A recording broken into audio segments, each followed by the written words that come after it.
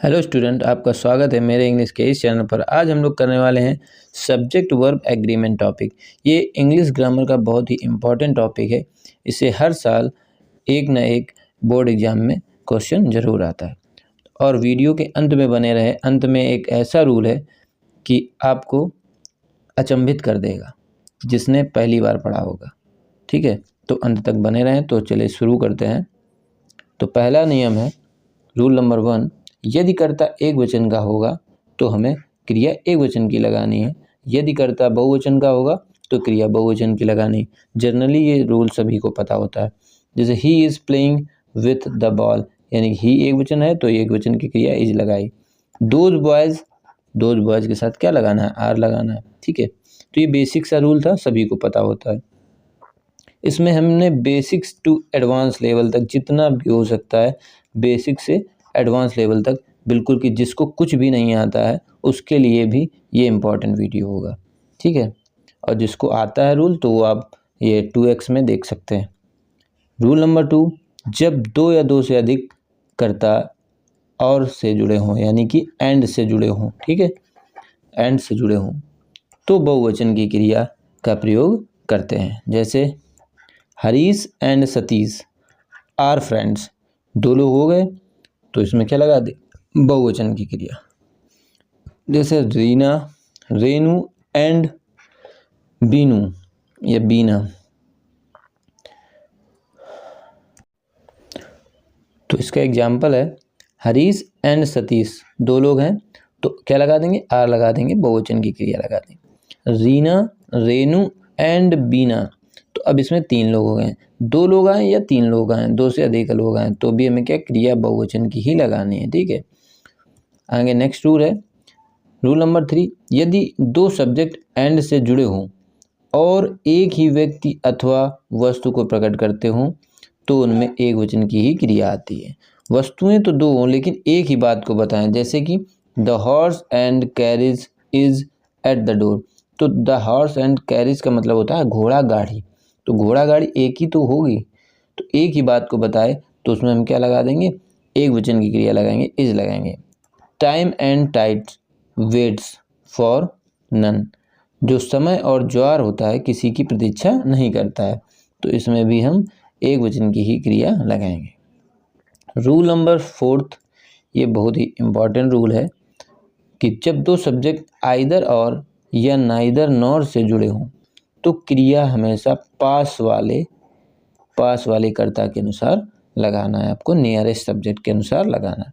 जैसे either you and Sushma, तो you के अनुसार लगाएंगे हम या सुषमा के अनुसार, तो हमने बताया पास वाले, तो पास में ये है हमारे हेल्पिंग वर्ब के पास में कौन सा है? सुषमा, तो ये एक वचन है इसलिए हम क्या लगा देंगे? हैज लगा देंगे। ठीक है, ऐसे ही नाइदर ही नॉर हिज फ्रेंड्स, तो नॉर के बाद क्या है? हिज फ्रेंड्स, तो हिज फ्रेंड पास में है तो इसके क्या लग जाएगा? वर लग जाएगा, क्योंकि बहुत सारे मित्र की बात करी जा रही है। ठीक है, वर प्रेजेंट हियर, तो जो भी नियरर होगा नियरेस्ट सब्जेक्ट के अकॉर्डिंग इसमें हम क्रिया का प्रयोग करते हैं। आगे रूल नंबर 5 कह रहा है, ईच, एवरी, एवरीवन, एवरीबडी तथा मैनी ए के साथ एक वचन की क्रिया आती है। तो ईच ऑफ दीज बॉयज़, तो अब आप लोग देखेंगे कि दीज बॉयज़ लगा है तो इसमें सिंग होगा, तो सिंग नहीं होगा क्योंकि यहाँ पे ईच लगा है। ठीक है, तो जब भी ईच आ जाए, एवरी आ जाए, तो इसमें हमेशा एक वचन की क्रिया लगाना है, तो सिंग्स लगाएंगे। ठीक है, मैनी ए आ गया, ठीक है, तो मैन गोज, तो मैनी ए आ जाएगा, तो इसके बाद में भी हमें क्या लगानी? एक वचन की क्रिया लगानी। ठीक है, रूल नंबर 6, जब दो subject not only dot dot but also say जुड़े हों तो उसमें क्रिया बाद वाले नाउन या प्रोनाउन के अनुसार लगाते हैं। जैसे नॉट ओनली, ये फिर एक सब्जेक्ट, फिर बट आल्सो, फिर एक ये सब्जेक्ट, तो हमेशा ये जो दूसरा वाला सब्जेक्ट होता है इसके अनुसार ही हमें क्रिया का प्रयोग करना है। डियर फादर, तो यानी वाज लगा देंगे, एक वचन। ठीक है, और इसमें एरर आपकी पूछ सकते हैं कि नॉट ओनली के साथ में यहाँ पर क्या लगता है, तो नॉट ओनली के साथ में हमेशा बट आल्सो का प्रयोग करते हैं। ठीक है, आपको 4 ऑप्शन दे देंगे, देन दे देंगे या कोई भी और अदर कंजंक्शन दे देंगे, तो नॉट ओनली के साथ में हमेशा बट आल्सो का प्रयोग करना है। ठीक है, अगला एग्जाम्पल है, not only she but also you are not going to there, going there होगा, सिर्फ टू नहीं होता है यहाँ पे, ठीक है। तो यू के साथ में अब क्या लगाएंगे, आर का ही प्रयोग करेंगे, ठीक है। अगर सी के अनुसार लगती तो हम एक वचन क्रिया लगाते, ठीक है। तो इसमें भी क्या करेंगे हम, जो इसके बट आल्सो के बाद में जो सब्जेक्ट होगा उसके अकॉर्डिंग ही हम क्रिया का प्रयोग करेंगे, तो यू के अनुसार आर का प्रयोग करेंगे।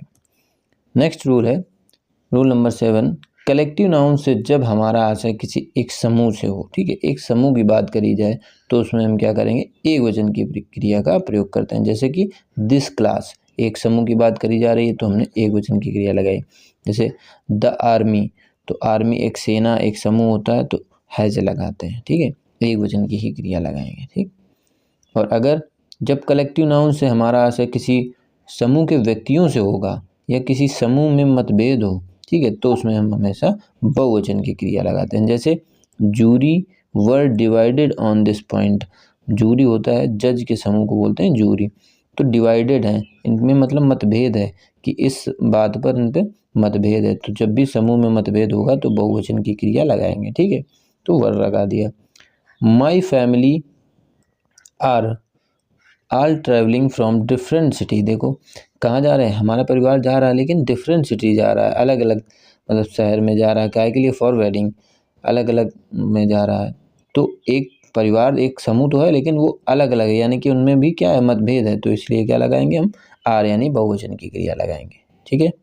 नेक्स्ट रूल नंबर 9 कह रहा है, जब बहुवचन की संख्या से किसी निश्चित रकम या दूरी का बोध हो तो उसमें हम एक वचन की क्रिया का प्रयोग करते हैं, ठीक है। जैसे 80 रुपीज़, 80 रुपये, ठीक है, इज़ हिज सैलरी, उसका जो वेतन है कितना है, 80 रुपये। तो वेतन एक निश्चित होता है कि 80 रुपये मिले हैं तो अगले महीने 80 मिलेंगे, ठीक है। ये नहीं कि अगले महीने हमें 100 मिल जाएंगे या जितने होंगे 1000 मिल जाएंगे, 2000, तो एक वेतन एक निश्चित है। तो निश्चित एक रकम की बात करी जाएगी तो भी हमें क्रिया क्या लगानी है, एक वचन की लगानी है, ठीक है। 9 miles is not a long distance, कि 9 मील की दूरी एक लंबी दूरी नहीं है, तो क्या लगाएंगे, इज लगाएंगे, क्योंकि ये एक निश्चित दूरी की बात कर रहा है। जब भी निश्चित दूरी बताई जाएगी तो हमेशा एक वचन की ही क्रिया का प्रयोग करना है, ठीक है। नेक्स्ट रूल नंबर 10, कुछ नाउन्स देखने में बहुवचन प्रतीत होते हैं किंतु अर्थ के विचार से वे एक वचन होते हैं, तो उनमें एक वचन की ही क्रिया का प्रयोग करते हैं। जैसे एग्जाम्पल्स है, पहला दिस न्यूज़ इज़ ट्रू, तो न्यूज़ को देख के सभी लोग क्या कर देते हैं, इसमें आर लगा देंगे, यानी कि बहुवचन की क्रिया का प्रयोग कर देंगे। तो इसमें भी क्या लगेगा, एक वचन का, क्योंकि ये दिखता बस बहुवचन है लेकिन होता सिंगुलर है, ठीक है।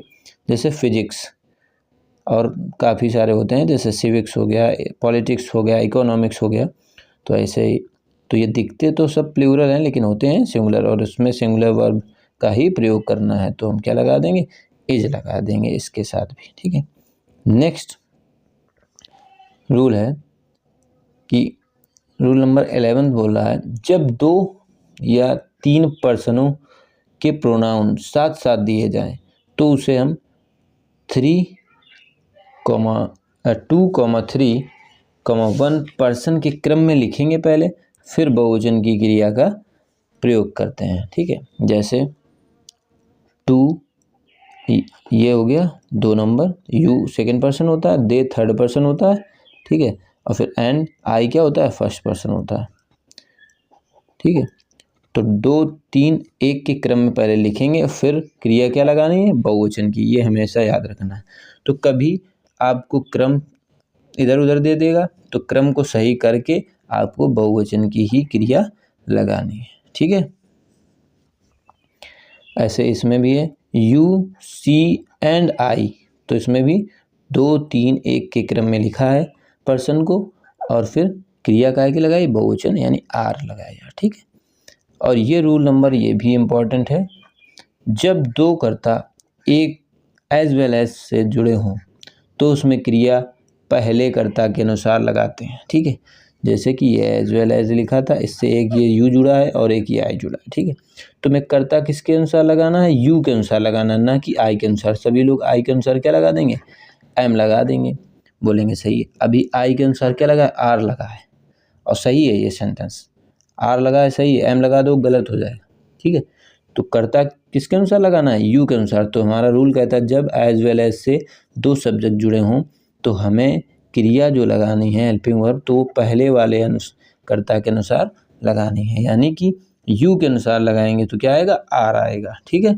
जैसे दूसरा एग्जांपल है सी एज वेल एज यू, तो वाज, अब यू के साथ में वाज कब से लगने लगा, तो क्योंकि ये एज वेल एज से जुड़े हैं तो इसलिए सी के अकॉर्डिंग हमने क्रिया लगाई है, तो वाज आएगी, ठीक है। तो अभी इसका एक सेकेंड पार्ट आएगा जिसमें PYQ होंगे, आपके प्रीवियस ईयर के क्वेश्चन प्रैक्टिस होंगी, तो वो पार्ट भी मिस ना करें। Thank you for watching this video, please subscribe my channel, thank you.